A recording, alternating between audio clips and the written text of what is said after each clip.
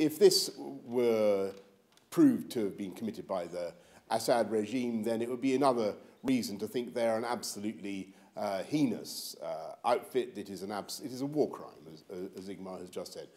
Bombing your own civilians with chemical weapons is unquestionably a war crime, and they must be held to account. That's why I think we both, and I don't think there's any difference between us at all, we both adhere rigidly to Resolution 2254 of the UN, which I think does map out the right way forward. It is unbelievable to think that in the long term Bashar al-Assad can play a part in the future of Syria, given what he has done to his people.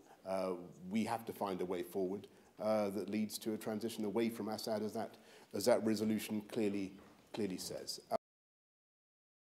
We gave the Secretary General of the United Nations €1 million some weeks ago because he asked for funding the group of experts which have the responsibility to collect informations about war crimes. Because to have information about war crimes is the precondition to bring the people who are responsible to the International Court. And we very much support the idea of collecting all the information about war crimes, because if not, every other terrible dictator would learn a very dangerous lesson.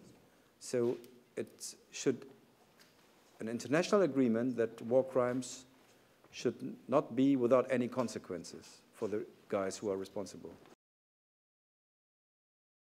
I think that having no deal is not the best idea for Britain and for the European Union. So I think we should not starting the debate by the most difficult outcome of the negotiation. We should debate in another manner, in another attitude. The attitude should be to have a more or less positive outcome for both sides. I mean, it would bring burdens. It's not a divorce. It's not a divorce. It's an attempt to forge a new relationship. And as Theresa May has said, a deep and special partnership is what we want to achieve. And I think that can be done.